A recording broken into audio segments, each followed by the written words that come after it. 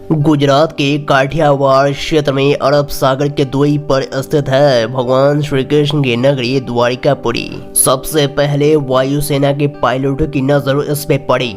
इसके बाद राष्ट्रीय समुद्र विज्ञान संस्थान ने सोनार टेक्निक से समुद्र के अंदर जाकर करीब 4000 वर्ग मीटर क्षेत्र में अपनी रिसर्च शुरू की। इस रिसर्च में उन लोगों को ऐसे ऐसे सबूत हाथ लगे जिसे सुनने के बाद आपके होश उड़ जाएंगे। आज हम आपको इस वीडियो में समुद्र में डूब चुकी भगवान श्री कृष्ण की नगरी द्वारिकापुरी के बारे में बेहद महत्वपूर्ण जानकारियां देने जा रहे हैं, तो इस वीडियो को बिना स्किप किए अंत तक देखिएगा। वीडियो शुरू करने से पहले एक बार सच्चे मन से कमेंट बॉक्स में जय श्री कृष्ण जरूर लिखिएगा। साथ ही अगर आप हमारे चैनल भक्ति इनसाइड पर नए हैं तो चैनल को सब्सक्राइब कर लीजिए और बेल आइकन क्लिक कर लीजिए ताकि हम आगे कोई भी वीडियो डालें उसका सबसे पहले नोटिफिकेशन आपके फोन पर आ जाएगा। तो चलिए, अब आपने सब्सक्राइब कर ही लिया है तो वीडियो शुरू करते हैं। भगवान श्री कृष्ण की नगरी द्वारिकापुरी का ज्यादातर हिस्सा समुद्र में करीब 80 फीट नीचे डूबा हुआ है।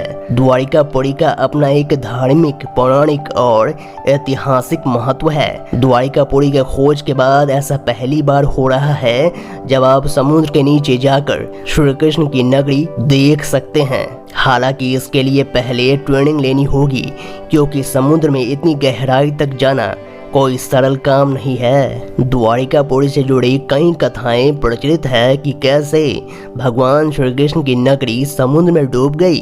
द्वारिकापुरी के 3 भाग समुद्र में डूबे हुए हैं। द्वारिकापुरी के कई द्वार हैं, इसका सिर्फ एक ही भाग है जिसे बेट द्वारिका कहते हैं, समुद्र में बने टापू पर मौजूद है। इस द्वार से जुड़ी एक कहानी है। कहते हैं कि मीराबाई यहाँ भगवान श्री कृष्ण से मिलने पहुंची थी। उस वक्त श्री कृष्ण ध्यान में थे। इस पर मीराबाई उनकी मूर्ति में समा गई थी। इसी जगह पर गोमती, कोशावती और चंद्रभागा नदी का संगम भी है। यहाँ एक बड़ा रहस्य है जिसे आज तक कोई सुलझा नहीं पाया है। यहाँ पांडवों के 5 कुएं हैं। चारों ओर समुद्र का पानी खारा है लेकिन कुएं का पानी मीठा है। बेशक द्वारिकापुरी पूरी तरह से खंडित हो चुकी है, लेकिन इसके अवशेषों को देखने का उत्साह हमेशा लोगों में रहा है। द्वारिकापुरी समुद्र में करीब 60 से 80 फीट नीचे है। यहाँ स्कूबा डाइविंग के जरिए पहुंचा जा सकता है। ट्रेनर बताते हैं कि समुद्र के नीचे महाभारत कालीन इस रहस्यमय दुनिया को देखने के लिए सबसे पहले आपको स्कूबा डाइविंग की ट्रेनिंग लेनी होगी। वैसे समुद्र के नीचे जाने की हिम्मत भी होनी चाहिए। अंडर वाटर यात्रा का अपना एक अलग रोमांच होता है, लेकिन जब यह यात्रा किसी पौराणिक जगह से जुड़ी हो तो रोमांच दोगुना हो जाता है। द्वारिका नगरी के अवशेष अब भी समुद्र के नीचे मौजूद हैं। इसमें विशाल प्रतिमाओं के अवशेष, जंगली जानवरों की आकृतियां, बड़े बड़े द्वार और स्तंभ शामिल है। उल्लेखनीय है कि द्वारिकापुरी भारत के 7 प्राचीन शहरों में शुमार है। बाकी शहर है मथुरा, काशी, हरिद्वार, अवंतिका, कांचीपुरम और अयोध्या। द्वारिका को ओखा मंडल, गोमती द्वार, चंद्र तीर्थ, अंतरद्वीप, वारी दुर्ग आदि नामों से भी जाना जाता है। पौराणिक कहानियों के अनुसार भगवान श्री कृष्ण ने करीब 36 साल तक द्वारिका पर शासन किया था। वज्रनाभ यदुवंश के अंतिम राजा थे। हालांकि वे कुछ साल तक ही द्वारिकापुरी में रहे।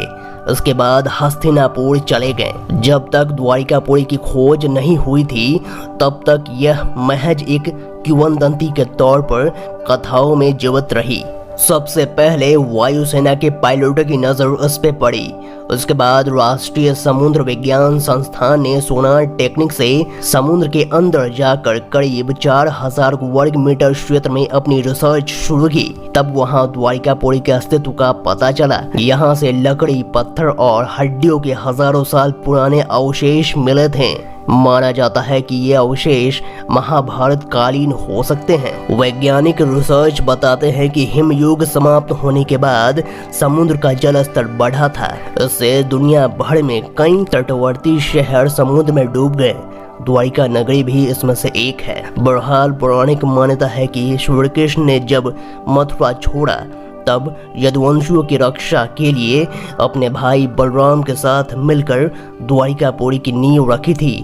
कहते हैं कि यदुवंश के खात्मे और श्री कृष्ण का जीवन पूर्ण होते ही द्वारिका नगरी समुद्र में समा गई। इस इलाके को पहले कुशस्थली कहते थे।